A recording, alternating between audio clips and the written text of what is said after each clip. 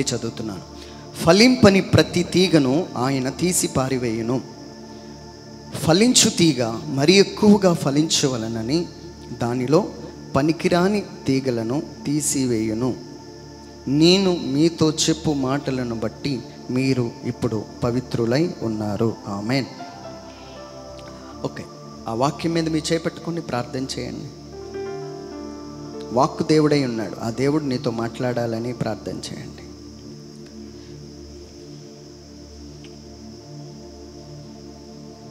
Thank you lord, thank you Jesus. ప్రభువా, కార్యం చేయండి.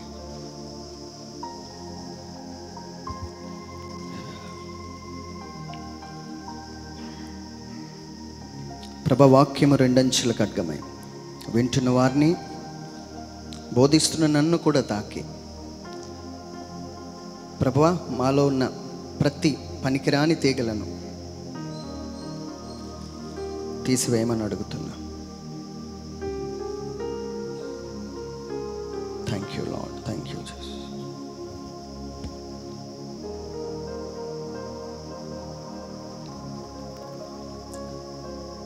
యేసు నామంలో ప్రభా, వాక్యం బోధిస్తుంటుండగా నేను కాదు కానీ మీరే బిడ్డలతో మాట్లాడి వారిని స్థిరపరిచి బలపరిచి పాపములన్నీ తొలగించమని యేసు నామంలో అడుగుతున్నాం తండ్రి, ఆమేన్. రైట్, బైబిల్ మూసేసి నా వైపు చూస్తూ వాక్యం వినాలి. బైబిల్ మూసేయండి, బైబిల్ మూసేయండి. కొన్నిసార్లు సంఘం ఎప్పుడు పవిత్రపరచబడుతుందంటే when you listen the word. నువ్వు ఎప్పుడైతే ఆయన స్వరాన్ని వింటావో అప్పుడు దేవుడు అంటున్నాడు, మీరు వినిన ఈ మాటలను బట్టి మీరు పవిత్రులై ఉన్నారు. చప్పట్లు కొడితే వేసాను, గట్టిగా కొట్టండి. హల్లెలూయా, హల్లెలూయా. చూడండి, కొన్ని మాటలను బట్టట మనం పరిశుద్ధపరచబడతాం.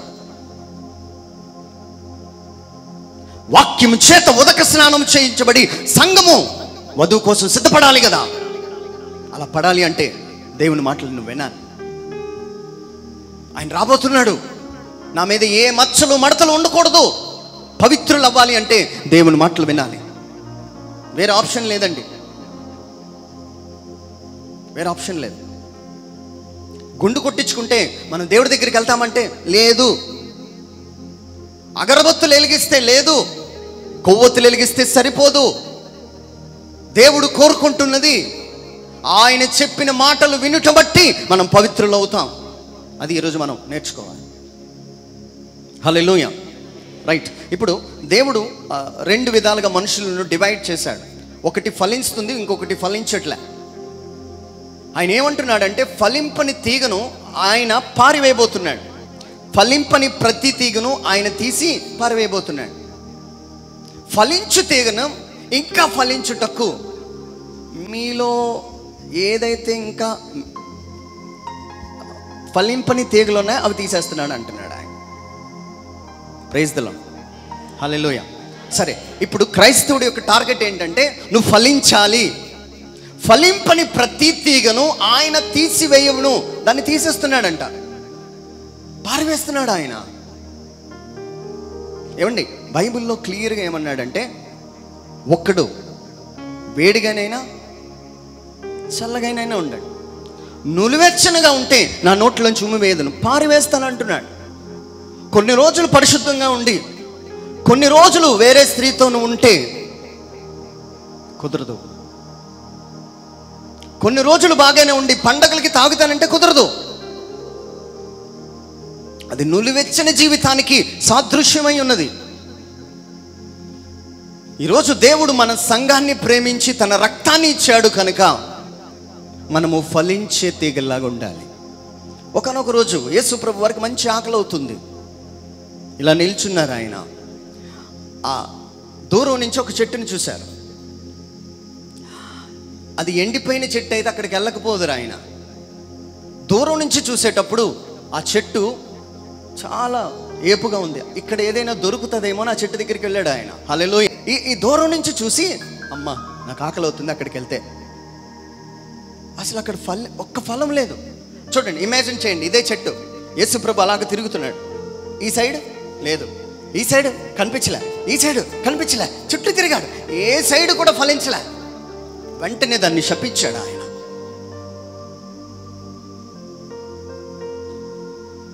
ఆయనకు చుట్టూ ఎక్కడ వెరికినా ఫలింపలేదని తనం కనబడింది. సంఘంలోకి వచ్చి సప్రసాదం తీసుకుని వెళ్ళిపోవడం కాదు క్రైస్తవ జీవితం. You have to be fruitful in the presence and in the sight of God. దేవుని దృష్టికి నువ్వు ఫలించాలి. అది ఫలించకపోతే అక్కడ బైబిల్ చెప్తున్నమాట, ప్రతి తీగను ఆయన తీసి పారవేస్తానంటున్నాడు. హల్లెలూయా, హల్లెలూయా. ఈరోజు నేను ఒక మాట అడుగుతాను, ఎంతమంది క్రైస్తవులు అంటే మనందరం చేతులు ఎత్తుతాం. ఎంతమంది ఫలిస్తున్నారంటే మనలో ప్రశ్నలు మొదలవుతాయి. నేను ఫలిస్తున్నానా? నా చేతులు ఫలించాయా? ఏ సిగరెట్ పట్టుకోకుండా ఫలించిందా? ఏ మందు బాటలు టచ్ చేయకుండా ఫలించిందా? కొన్ని ప్రశ్నలు మనలో వేసుకున్నట్లయితే మనం తీసి పారివేసే జాబితాలో ఉన్నామేమో, జాగ్రత్త పడాలి. హల్లెలూయా. ఏమండి, యూదా ఇస్కరియోతు, పేతురు ఇద్దరు కూడా దేవుని శిష్యులే. ఇద్దరు కూడా దేవుని మాట వింటున్న వాళ్ళే. రైట్. ఇప్పుడు చూడండి, యేసు ప్రభు వచ్చి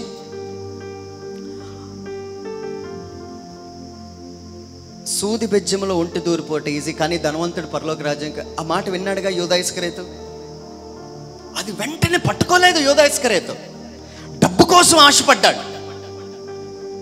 చూడండి, ఫలించడం అంటే ఏంటంటే రిసీవ్ ద వర్డ్. ఆ మాట నువ్వు విని దాని ఫలం నీ జీవితంలో కనబడాలి. అది యూదా ఇస్కరియోతులో కనిపించలే. అందుకే ఆయన ఏమన్నాడో తెలుసా? నువ్వు పుట్టకపోతే బాగుండన్నాడు. నువ్వు ఈ భూలోకంలోకి రాకపోతే బాగుండన్నాడు ఆయన.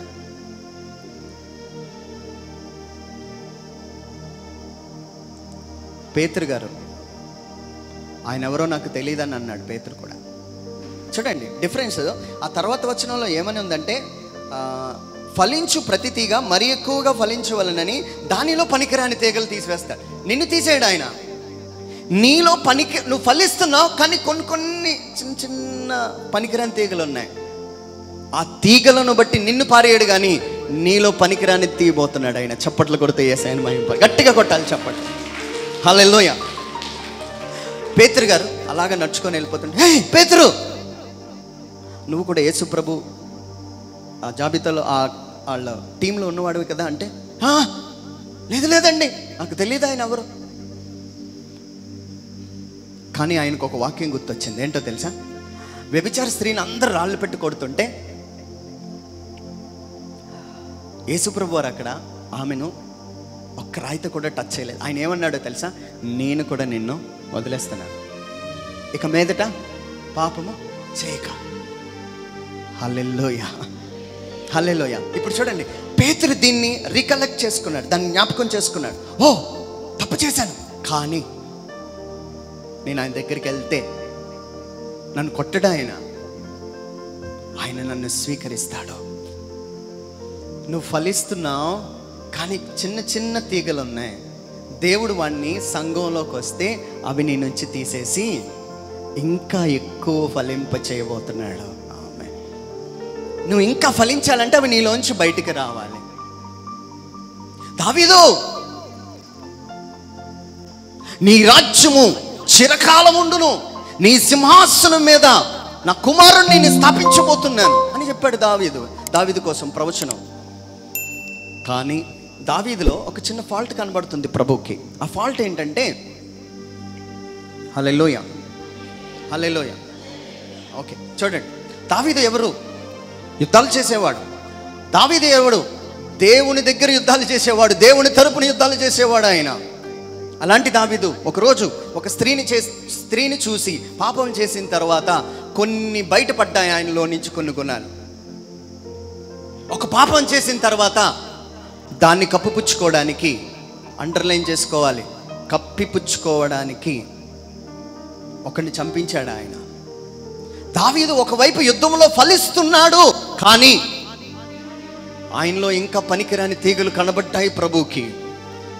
అందుకే దావీదుని పర్వాలేదులే, నా యుద్ధాలు చేస్తున్నాడు, సంఘం తరపున నిలబడ్డాడు అని ఆయన వదిలిపెట్టలే.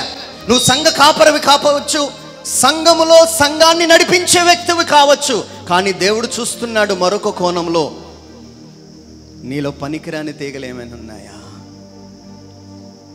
నువ్వు కష్టపడుతున్నావు, ఎండలో నడుస్తున్నావు, కానీ దావీదు నా తరపున యుద్ధాలు చేస్తున్నావు. కానీ ఒక స్త్రీ కనిపించిన తర్వాత ఎందుకనో సెల్ఫ్ కంట్రోల్ తప్పిపోయావు. ఒక వీడియో చూస్తున్నప్పుడు సెల్ఫ్ కంట్రోల్ తప్పిపోయావు.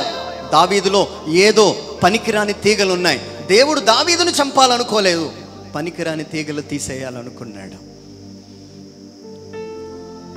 ఈరోజు సంఘంకి వచ్చారు, నువ్వు మంచోడువే,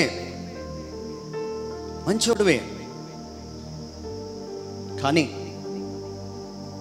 నువ్వు ప్రార్థన చేస్తావు, కన్నీరు కారుస్తావు, కానీ కొన్ని పనికిరాని తీగలు ఉన్నాయి. నువ్వు మంచోడువే, మీ మమ్మీని మీ అమ్మను బాగా చూసుకుంటావు, కానీ కొన్ని పనికిరాని తీగలు ఉన్నాయి. సడన్గా నీ కోపం. నువ్వు మంచోడువే, కానీ డబ్బులు ఇంట్లో ఇవ్వవు. ప్రేమగా చూస్తావు, ఇంటికి సరిపడేందంతా తీసుకురావట్లే. ఆ పనికిరాని తీగ ఉందో చూశారు, దాన్ని ఏరి పారేయడానికి ఈ వాక్యం మీ మధ్యలోకి నడిచి వచ్చింది. చప్పట్లు కొడుతూ యేసయ్యను మహిమపరచండి, గట్టిగా కొట్టాలి. హల్లెలూయా, హల్లెలూయా. ఏమండి, సంఘ కాపరి లేకపోతే దేవుని తరపున యుద్ధం చేసేవాడైనా ఇజ్రాయేలు దేశమంతటిని తన రాజ్య పరిపాలన చేస్తున్నవాడైనా తప్పు చేస్తే దేవుడు ఊరుకోలేదు.